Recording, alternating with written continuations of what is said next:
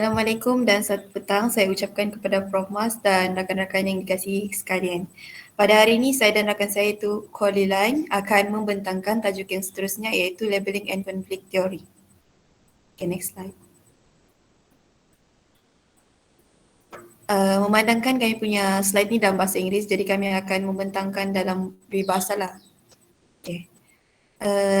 Labeling and conflict ni dia menjelaskan mengenai kenakalan yang tertumpu pada kumpulan sosial yang berbeza dan pakatan dalam masyarakat dan kuasa yang digunakan oleh kumpulan berbeza ini terhadap laluan dan penguatkuasaan undang-undang.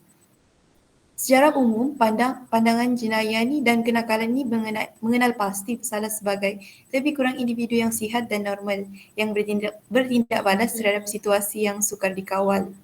Boleh dilabelkan mengikut kumpulan atau rakan sebaya dengan siapa mereka bergaul dan mereka mempunyai agak sedikit kuasa sosial untuk mengubah persepsi atau tindakan undang-undang ini berdasarkan pandangan orang lain. Andalan umum mengenai pelabelan dan teori konflik ni ialah penguatkuasaan undang-undang oleh polis dan mahkamah adalah tidak seragam dan tidak berasaskan hanya pada isu undang-undang. Secara amnya, orang dari latar belakang politik dan sosial yang lemah diandaikan secara tidak seimbang diproses melalui sistem peradilan juvana dan jenayah. Next slide.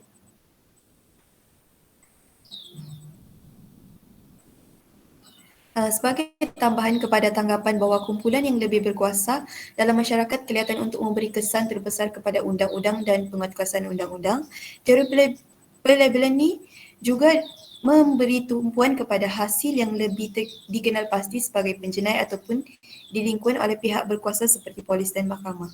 Khususnya pelabelan teori ini dia menangani akibat negatif dalam konsepkan diri seseorang dan corak tingkah laku akhirnya yang akibat dilabelkan sebagai delinkuan atau jenayah oleh penjenayah rasmi ataupun ejen keadilan juvana. Next slide. Jadi seterusnya saya akan bentangkan berkaitan dengan konsep of labeling theory. Labeling theory ni is often identified with the work of Edwin Lemmet and Howard Baker. Judge Herbert Mead ni dia memperkenalkan konsep generalized other ni sebagai istilah lain untuk menggambarkan perkembangan manusia dalam masyarakat. Umumnya adalah seperti hati nurani kita, pandangan tentang apa yang kita patut lakukan mengikut apa yang kita fikirkan masyarakat umum mengharapkan daripada kita. Seperti yang dikaitkan dengan teori pelabelan yang lain yang generalisasikan boleh dilihat sebagai satu set jangkaan dan norma yang kita ambil semasa kita disosialisasi ke dalam masyarakat yang boleh mempengaruhi bukan sahaja apa yang kita lakukan tetapi juga bagaimana kita ni bertindak balas terhadap tindak balas orang lain terhadap tingkah laku kita. Kita mungkin menolak label itu, cuba mengubahnya ataupun menerimanya bergantung sebagaimananya pada tanggapan kita tentang yang lain yang digeneralisasikan kepada kita. Next slide. Okay. Teori pelabelan ini juga ada terbukti dalam kajian Thrasher tentang kumpulan Samsing di Chicago pada tahun 1920. Seperti yang dibincangkanlah dalam bab 10. Walau bagaimanapun, Frank Tannenbaum ni dalam buku yang bertajuk Crime and the Community dengan jelas mengenal pasti pelabelan ini sebagai satu akibat daripada diproses melalui juvana. Sistem keadilan lah. Tannenbaum ni dia memperkenalkan istilah dramatisasi kejahatan yang melalui dia menunjukkan seorang boleh menjadi lambang dari apa yang kita telah dilabelkan. Seperti yang dikatakan oleh Tannenbaum, iaitu the process of making a criminal is the process of marking, defining, identifying, isolating, describing, emphasizing, making conscious and self-aware. It becomes a way of stimulating, suggesting, emphasizing, and invoking the very threat that are complained of. Next slide.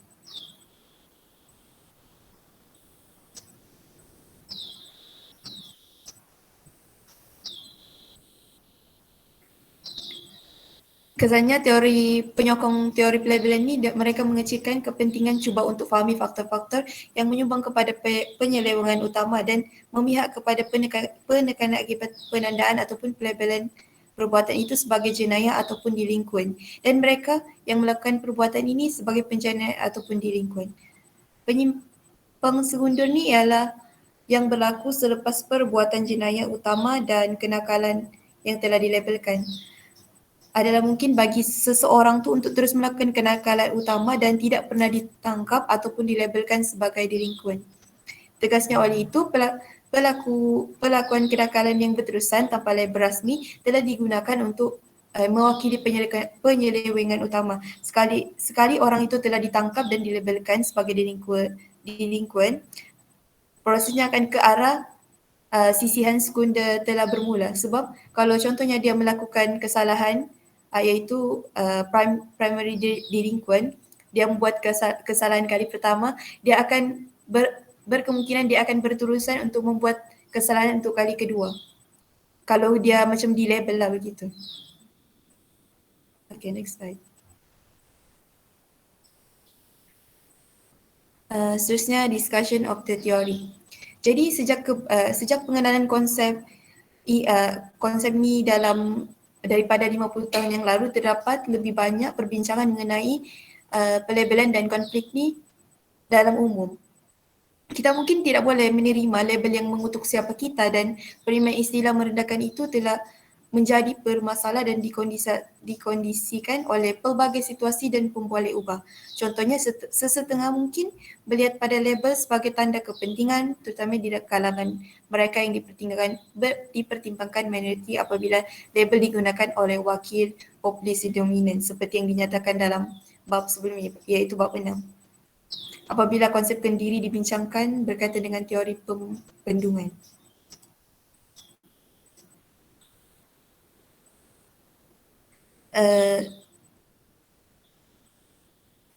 Di samping itu terdapat masalah bagaimana menangani kewujudan jenayah dan kenakalan yang tersembunyi yang kelihatan bertentangan yang berlaku, tidak dilaporkan dan tidak dapat dikesan oleh pegawai. Adakah tingkah laku sedemikian masih jenayah ataupun adakah ia memerlukan label rasmi untuk menjadikannya jenayah? Untuk contoh, percubaan untuk menangani isu ini dengan merujuk kepada jenayah tersembunyi dan penyelewengan sebagai melanggar peraturan yang bermaksud tingkah laku yang salah tetapi tidak secara teknikal dilabel sebagai jenayah.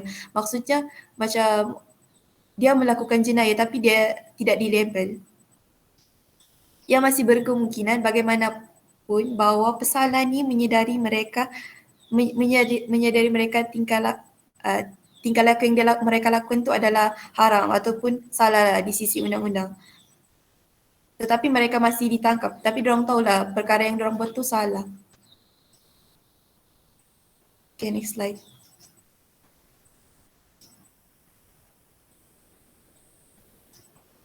Nampakkan gambar raja ni, first primary deviant caused by many possible factor and not label. Jadi primary deviant macam saya cakap tadi, dia disebabkan oleh banyak faktor lah tapi dia tidak dilabel. Lepas tu possible detection and labeling of the behaviour as delinquent by public official.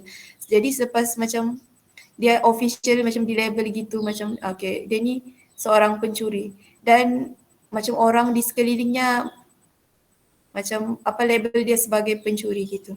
Lepas tu dia akan seterusnya akan ke proses to the juvenile justice system. Dia akan macam proses tadi tu sebab dia ditangkap lah, contohnya dia ditangkap polis. Lepas tu dia akan melalui proses di juvenile justice system. Lepas tu public identification as delinquent. Macam dia disyaki lah melakukan jenayah tersebut. Lepas tu acceptance of delinquent identification dan continue delinquent behavior. Dan selepas dia di label tu, dia macam merasa dirinya tu penjenayah begitu. Sedangkan dia baru macam satu kali melakukan jenayahnya tu. Tapi dia sudah rasa macam gara-gara label tu telah memberi tekanan untuk dia melakukan lagi untuk secondary dia, melakukan lagi kesalahan yang pernah dia lakukan tu. Next slide.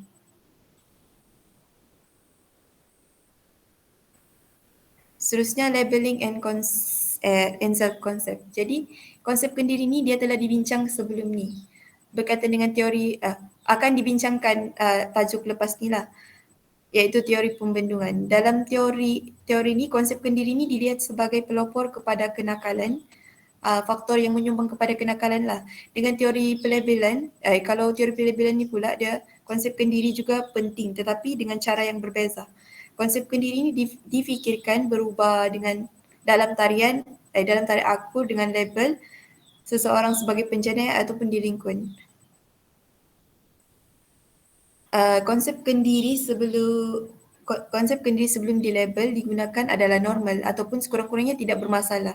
Bukti yang menyokong andaian ini bercampur-campur. Beberapa penyelidikan dia cenderung untuk menyokong andaian teori pelabelan, tetapi nampaknya lebih kepada penyelidikan menyangkal ataupun mempersoalkan andaian ini. Next slide.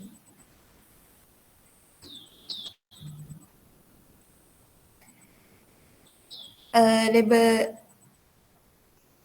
rasmi ni dia mungkin memberi impak lah kepada belia kelas pertengahan dan pertama pesalah berbanding belia lain.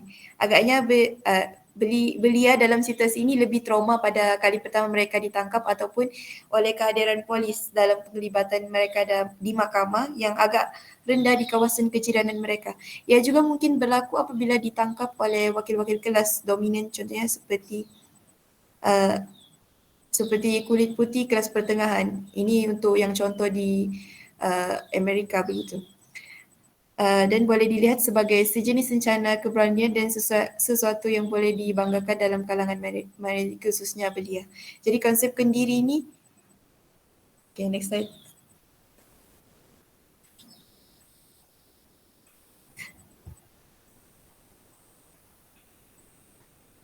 Okay, seterusnya adalah labeling and behavior. Instead of labeling leading to more crime and delinquency, there is often cessation of criminality with age, including among those who have been officially labeled as a criminal or delinquent. However, additional observation of this sort conclude that after a few years, the rate of crime among both sample of offender was about the same, indicating that even if labeling had occurred previously, its effect were reduced over time, again somewhat contrary to the prediction of labeling theory. Although Lemmet and other labeling theories concentrated on the effect of labeling within the criminal or juvenile justice system, the impact of name and label can also be felt when applied by other significant people in juvenile life, such as parents, teachers, or even peers.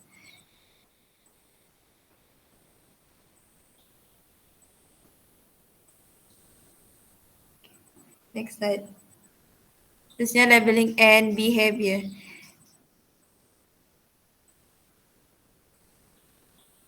In addition, the study conclude that delinquency and labeling ni can be interactive. That is, delinquency can lead to labeling, which can then lead to more delinquency and so on. The study by Matsuda and associate also suggests that delinquency weaken the social bond between parent and children, which can lead to further involvement in delinquency and further alienation between parents and child. Howard Kaplan and his college also suggest that the impact of labeling may indirectly lead to delinquency because labeling can lead to lower self-esteem or self-rejection, which can then lead to more involvement with the delinquent peers. Jadi maksudnya di sini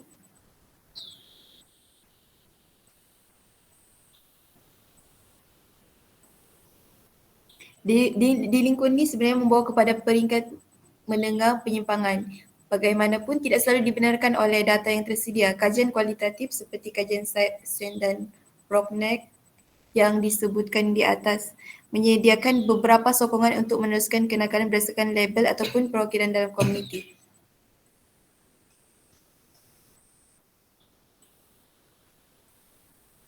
Kesan pelabelan ni selalunya sukar ditentukan kerana kekurangan kajian longitudinal untuk menguji teori. Beberapa kajian mencadangkan bahawa pelabelan ni dia boleh meningkatkan kenakalan.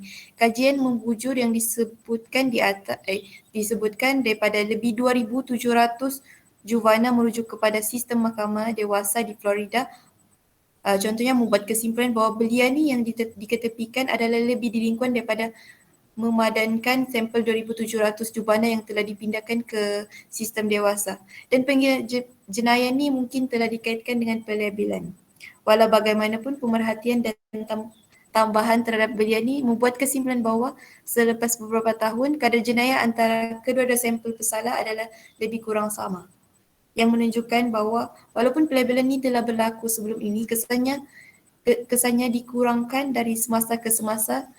Sekali lagi, agak bertentangan dengan ramalan teori pelabelan. Okay, itu saya. Next slide. Okay, itu saja dari saya. Thank you.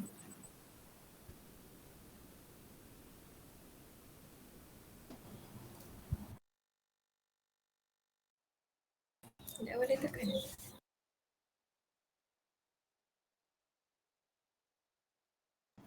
Okay. So I will continue the presentation with the next topic is connection with juvenile justice. Okay, ataupun dalam bahasa Melayunya kita boleh kenal hubungan di antara labeling teori ni dengan keadilan juvenil itu sendiri. Okay. Despite the uneven research support, it has been the theoretical basis for several juvenile justice concept and practice over the past 20 years or so. Maksudnya, walaupun sokongan penyelidikan untuk labeling teori ni dia tidak sekata, tapi dia sudah menjadi satu asas teori yang digunakan pakai untuk beberapa konsep dan juga amalan dalam keadilan juvana untuk 20 tahun, untuk tempoh 20 tahun ataupun lebih daripada 20 tahun sebenarnya. Contohnya kita boleh lihat iaitu diversion. Diversion is currently a popular method of handling young offender, especially first offenders and those charged with minor criminals offence or status offence. Diversion ni adalah satu kaedah yang popular digunakan untuk tangani pesalah muda, terutamanya individu yang baru saja melakukan kesalahan pertama. Maksudnya individu baru yang pertama, first time ditangkap, lepas tu disabitkan kesalahan, macam itulah. Kesalahannya sama ada kesalahan kecil ataupun kita panggil sebagai kesalahan status. Kesalahan status ni kalau dalam bahasa Inggerisnya kita panggil dia sebagai status offences. Apa itu status offences?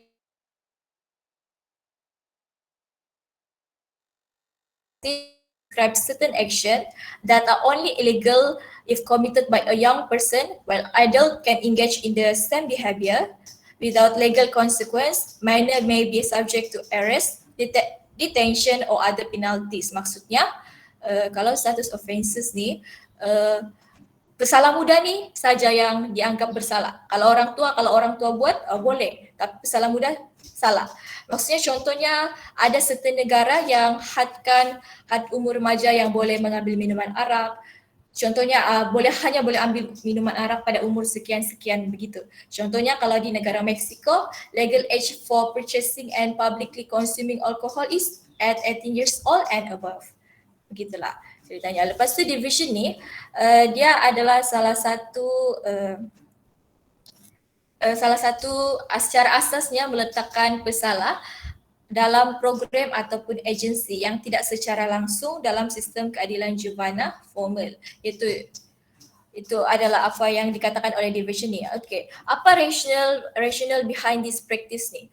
In identifying juvenile as delinquent by processing them through the formal system of juvenile justice is potentially harmful to them by stigmatizing them by placing restriction on their successful right return to conventional pursuit such as school and work. Maksudnya secara ringkasnya kita boleh fahamlah rationalnya ada division ni supaya bila kita letakkan terus pesalah muda ini dalam satu sistem formal ataupun sistem formal kesalahan ataupun keadilan juvana ni, pesalah muda ni akan sukar untuk kembali semula dalam masyarakat.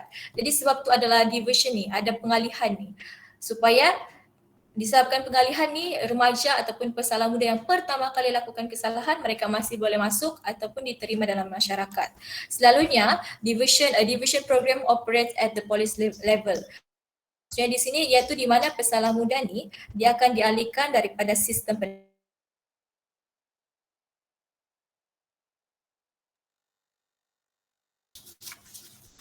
So next dia untuk selain daripada itu, satu lagi daripada ciri keadilan jabatan ni adalah berkaitan dengan deinstitutionalization, iaitu de-emphasizing institution as a response to delinquency, includes significant reduction in inmate population or the closing of a few institution in a state. Maksudnya satu institusi yang anggap sebagai satu tindak balas terhadap delinkuensi ataupun kenakalan itu, yang termasuk bila ada deinstitutionalization ni, dia akan ada pengurangan yang berlaku secara ketara dalam populasi, panduan ataupun berlakunya penutupan beberapa institusi di dalam negeri ataupun dalam sesuatu negara.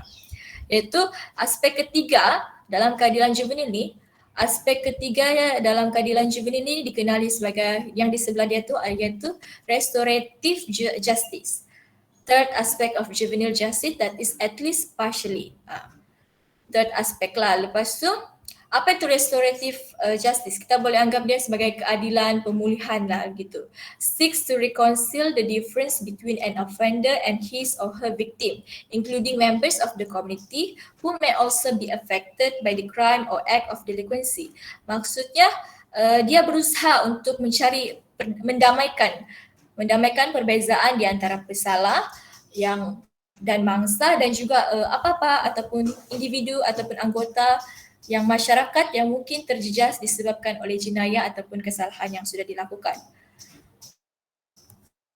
Okay, lepas tu ini keadilan ataupun yang tadi tu kan, restorative justice tu, dia based on reintegrative shaming ni, iaitu di mana dia maintains that attempts to reconcile. Maksudnya reintegrative shaming ni, dia adalah satu perkara yang akan kekalkan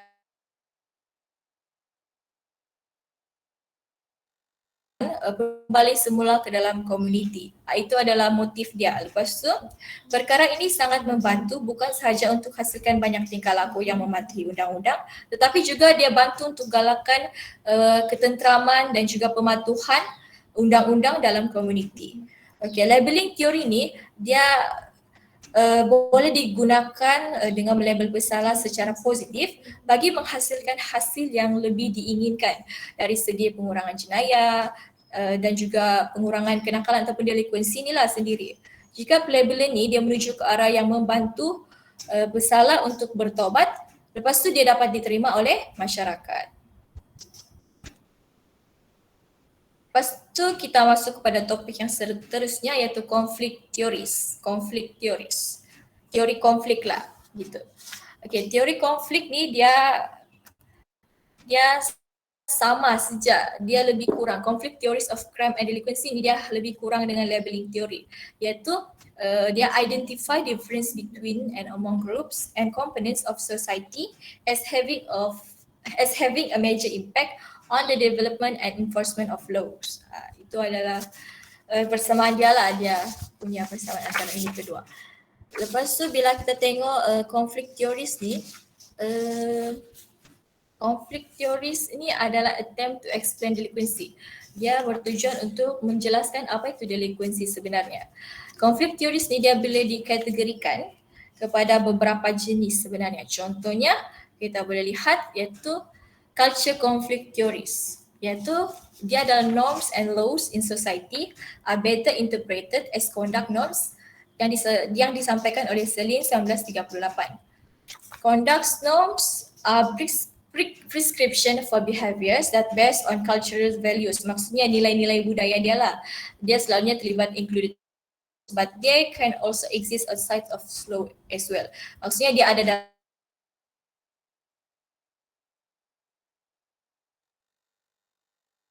countries that economically and politically stronger than that of the immigrants are at risk of becoming involved in criminal or delinquent behavior because of the confusion and misunderstanding derived from the difference in conduct norms or basic cultural values. Maksudnya ada negeri ataupun ada negara yang secara ekonomi atau politikalnya ni dia lebih kuat, dia maksudnya dia lebih berisiko untuk menjadi seorang yang terlibat dalam kriminal ataupun jenayah-jenayah ataupun kesalahan-kesalahan delinquents nilai.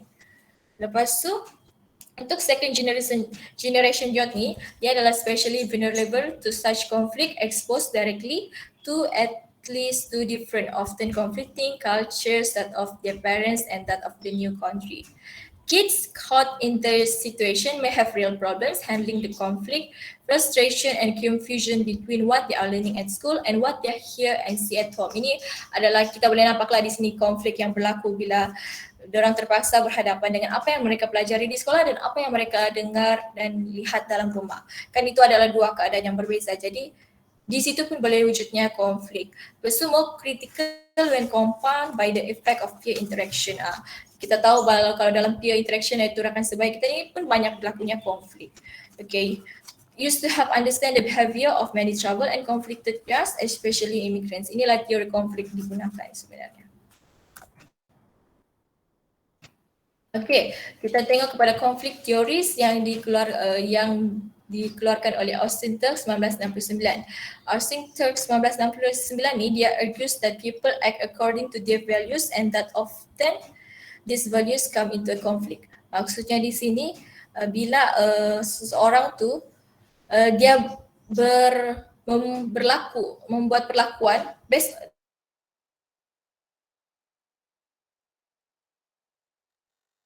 sendiri, satu orang yang lain ada nilai ataupun budaya tersendiri. Jadi itu boleh timbul konflik. Jadi ini selalunya berlaku bila masyarakat tu berinteraksi dalam with public official dalam kehidupan kita public secara kehidupan kita sekarang.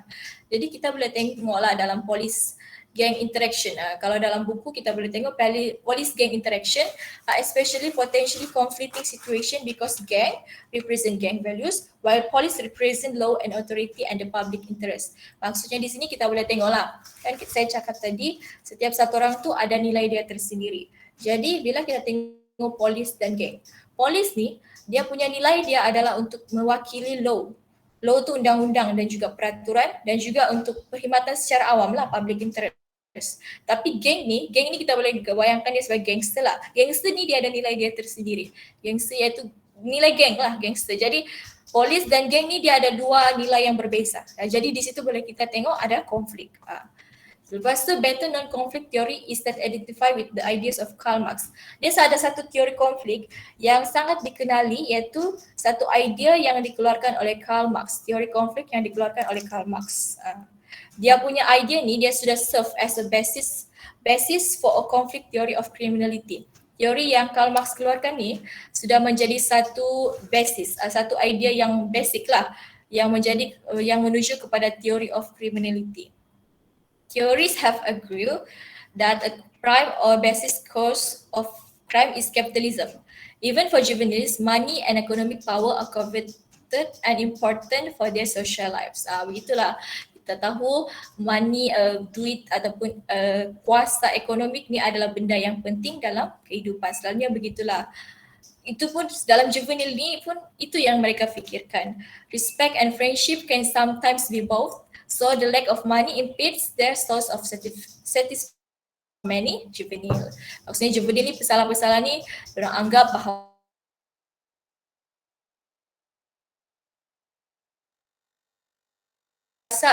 kepercayaan dan juga persahabatan tu boleh dijual beli. Sebab itulah kalau kurang duit ni dia boleh sebabkan begitulah ceritanya.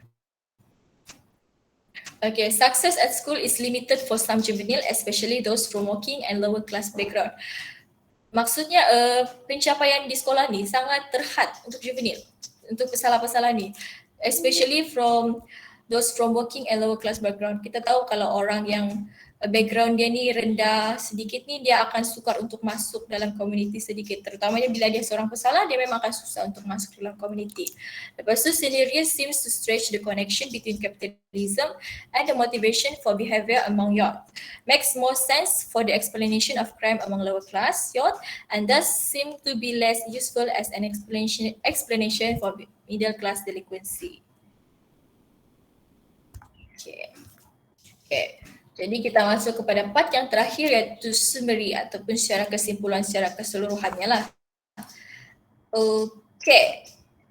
Kita tahu share a common interest in the understanding of how laws are made and enforced. Kita tahu kedua-dua teori ni iaitu labeling teori dan konflik teori ni dia share satu interest yang mana dia sedang berusaha memahami apa itu peraturan yang sedang dibuat dan sudah diperkuatkuasakan. Lepas tu, this perspective on crime and delinquency assume that laws reflects the interest of some, especially the more powerful in society. Maksudnya, secara keseluruhannya, selalunya kejadian jenayah dan delinquency ni, dia selalunya melibatkan orang-orang yang ada minat. Lepas tu, paling terutama sekali orang yang paling berkuasa dalam kehidupan sosial. Lepas tu, labeling theory address the important issue of the impact of being labelled a delinquent on one's self-concept and behaviour. Maksudnya label theory.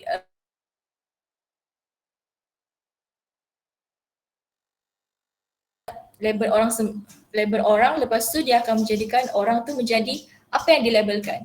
Dia akan menjadi satu kesalahan bila orang yang dilabel tu mula menerima pelabelan, terutamanya pelabelan tu adalah satu perkara yang negatif. Contohnya dia label orang tu sebagai pencuri. Walaupun dia sebenarnya baru melakukan kesalahan itu untuk pertama kali. Bila dia sudah terima label pencuri, orang tu terima, lepas tu dia pun berterusan menjadi seorang pencuri. Itu adalah impact labeling teori ni. Lepas tu important distinction within this theory is the difference between primary and secondary deviance. Inilah yang saya terangkan tadi. Primary dan secondary. Primary tu yang dia baru pertama kali buat kesalahan. Secondary deviance tu bila dia sudah terima sepenuhnya label yang diberikan kepadanya. Okay, tapi kita tahu secara keseluruhannya sebenarnya teori ni dia ada less evidence. Kita tahu kajian-kajian yang dibuat tu adalah tidak sekata. Jadi buktinya tu masih kurang. Tapi dia sudah diterima secara keseluruhannya lah. Bukan diterima secara keseluruhan, maksud saya dia sudah diterima basic teori ni sudah diterima untuk satu konsep dan amalan-amalan dalam law. Lepas tu labeling teori ni, prediction dia that an official label of delinquency tends to change one's self-concept and self-identification and that repeated involvement in delinquency can develop in reaction to such labeling. Kita tahu macam seperti yang tadi kami sampaikan, labeling teori ni dia predict, lepas tu dia boleh juga change self-concept and self-identification. Kalau kita selalu label orang dia ini kita selalu label orang dia pencuri, dia boleh change self-concept orang tu.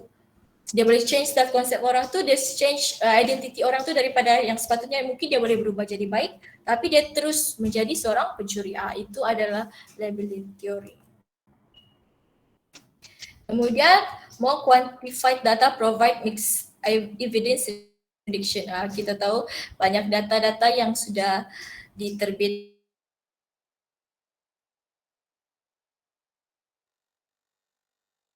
move away from crime and delinquency around age 16 and until 18. Maksudnya teenager ataupun pesalah muda ni dia seems to terlibat dalam jenayah ataupun delinquency ni antara umur 16 hingga 18 tahun. Kita tahu kan delinquency kesalahan juvenile ni adalah umur di bawah 18 tahun atas 10 tahun yang sudah bertanggungjawab dengan jenayah. Jadi around 16 until 18 ni adalah pesalah muda yang seems banyak terlibat dalam jenayah dan delinquency ni. Labeling may have some impact on youth. Its effect are not long lasting.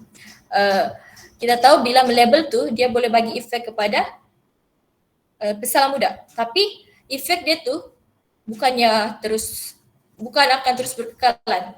Kalau kita boleh ubah, boleh diubah macam tu. Maksudnya berhenti label supaya dia tidak terus berkekalan. Intent of labeling young people as delinquent is to correct their behavior, and in some, perhaps many cases this happen. Okay, gunakan labeling teori ni untuk correct their behavior. Jangan guna ke arah negatif, tapi guna ke arah yang membantu dia untuk change label dia tu ke arah yang lebih positif. Correct untuk bantu dia ubah dia punya tabiat. Contohnya kalau dia suka mencuri, kita ubah label, beri dia label yang lebih baik daripada itu. Contoh. Also true that labeling may have a reverse effect in that it may create more problems than existed in the first place, and thus make it more likely that a juvenile would reoffend. Macam biasa, labeling ni dia boleh juga ada reverse effect dia. Macam itulah, dia boleh jadi positif, boleh jadi negatif. Evidence concerning the prediction and assumption of labeling and conflict theories is inconsistent. Current practice in the juvenile justice system are sometimes based on this perspective, especially labeling theory. Itulah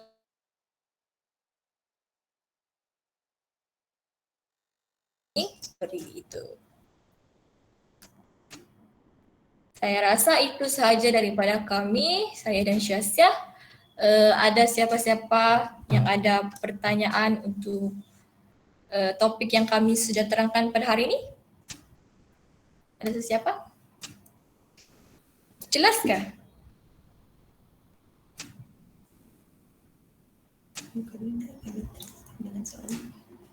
Ada sesiapa ada soalan?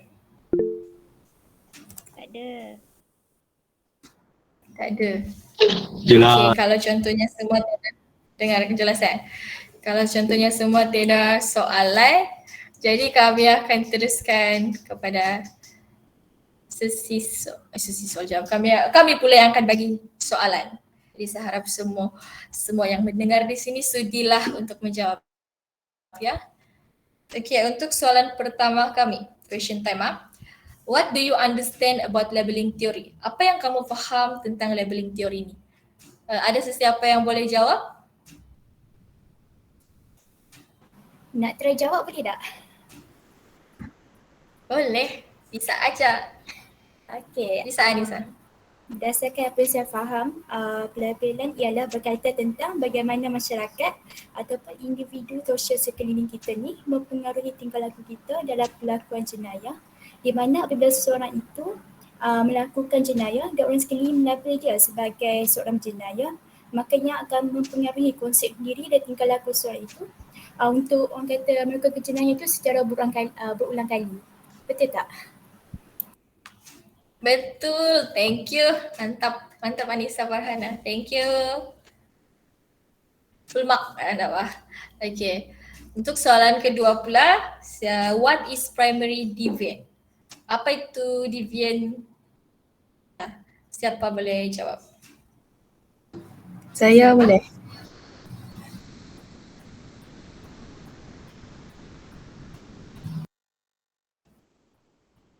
Siapa tu?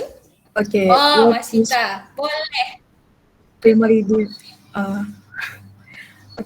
deviant is caused by many possible factors and not label. Sorry, saya jawab dalam bahasa Inggeris. Betul tak, Kori? Okay. Betul. Thank you. Okay. Okay, untuk soalan yang terakhir pula. What is the third aspect of juvenile justice that is at least partially based on labeling theory? Saya rasa ini saya terangkan tadi. Siapa boleh jawab? Aspek ketiga. Siapa boleh jawab? Aspek ketiga of juvenile justice. Oh, Nurul Aisyah. Okay, jawab. Okay, jawapan dia restorative justice. Oh, betul. Sangat betul. Thank you semua yang sudah menjawab. Thank you semua yang sudah menjawab. Terbukti anda fokus pada pembintangan kami pada kali ini. Okay, itu sahaja daripada kami. Kita boleh teruskan kepada next group. Thank you.